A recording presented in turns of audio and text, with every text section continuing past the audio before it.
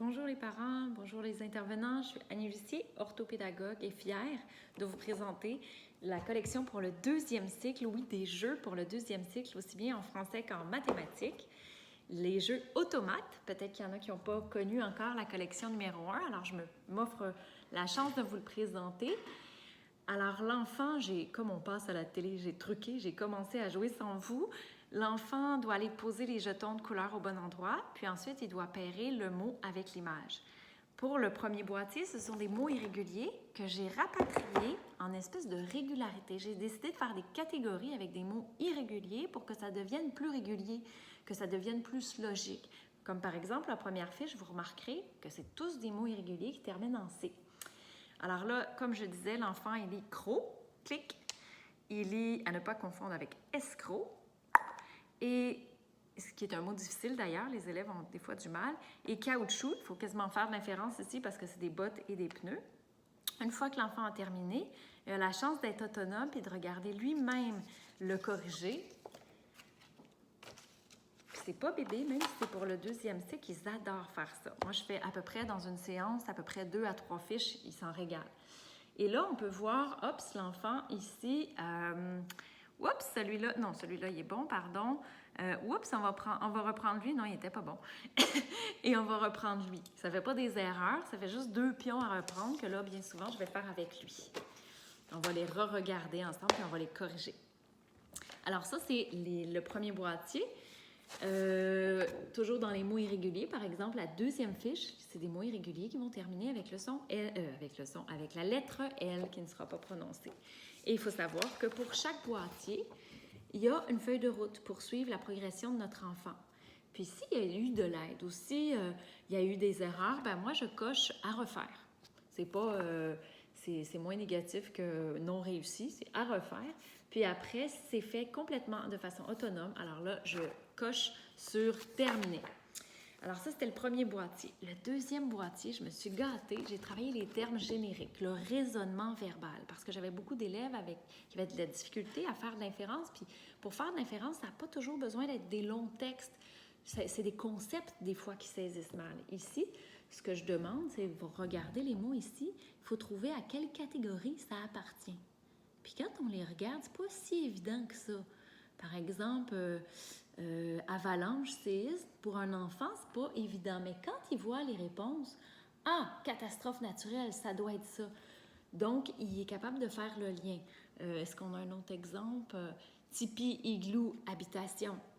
Alors voilà, type de fiche pour le raisonnement verbal, où j'ai encore des polysémiques, des termes polysémiques, c'est-à-dire des termes qui, comme ferme, dans des contextes différents de phrases, n'auront pas la même signification.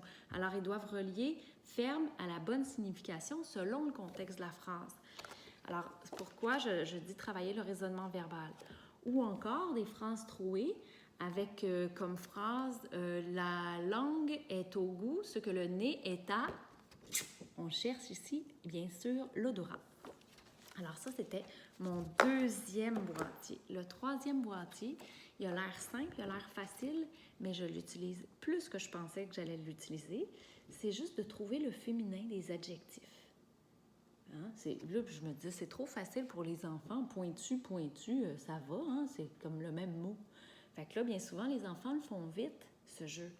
Mais moi, je les rattrape après, puis je leur demande, après l'avoir fait, je trouvais ça trop facile, hein? Oui, ben vraiment trop facile. OK, va m'écrire au tableau la jolie fleur bleue. Et là, c'est sûr qu'ils viennent de le voir puis qu'ils ne font pas nécessairement le lien.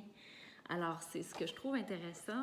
C'est peut-être le après la fiche que j'aime autant. Ou le féminin, comme ça, de mots que j'ai essayé. Tu sais, je suis sortie du berger-bergère, là, des mots qu'on utilise de moins en moins.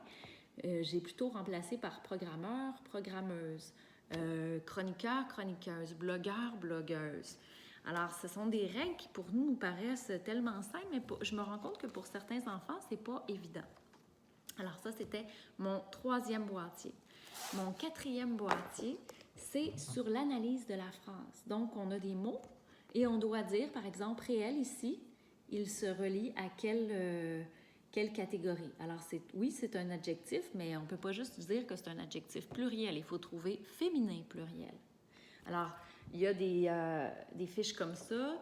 Il y en a d'autres où c'est un mot qui est souligné. Et là, on doit dire ce que, dans un contexte de phrase, et on doit dire dans ce contexte-là, le mot est-il un nom, un adjectif, un verbe, etc. Et le dernier boîtier, c'est la morphologie des mots, qui est aussi quelque chose que j'aime travailler avec les élèves. Donc ici, on a les mots de même famille.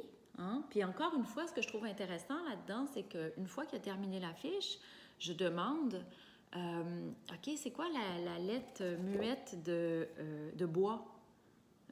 T, ben, ça venait de déboiser, reboiser, boiserie. Je vous dirais que ce qui est intéressant là-dedans, c'est que je leur demande de lire à voix haute les mots et je suis surprise à quel point, des fois, ils ont du mal même à lire des mots qui sont proches comme ça. Fait que je le trouve intéressant pour ça. Il y a une autre section dans ce même boîtier qui va plutôt donner une information sur les préfixes, la signification des préfixes. Par exemple, cohabiter, colocataire, co-directeur. Co veut dire quoi? Quel est son sens? Quelle est sa signification? Après, en finale, aussi, on travaille la lettre muette. Alors, un peu dans le même sens que la première fiche, front. Puis des fois, je cache, hein, ils le mettent dans le boîtier, mais je cache un peu la deuxième section, puis je dis front. Es-tu capable de me donner des mots de même famille que front? Puis là, encore une fois, parfois, je suis étonnée de voir leur méconnaissance. Alors, c'est tout pour les boîtiers en français. Je vais faire une autre capsule pour les boîtiers en mathématiques pour les professeurs ou les parents qui sont plus intéressés par les mathématiques. Je vous remercie. Bonne journée.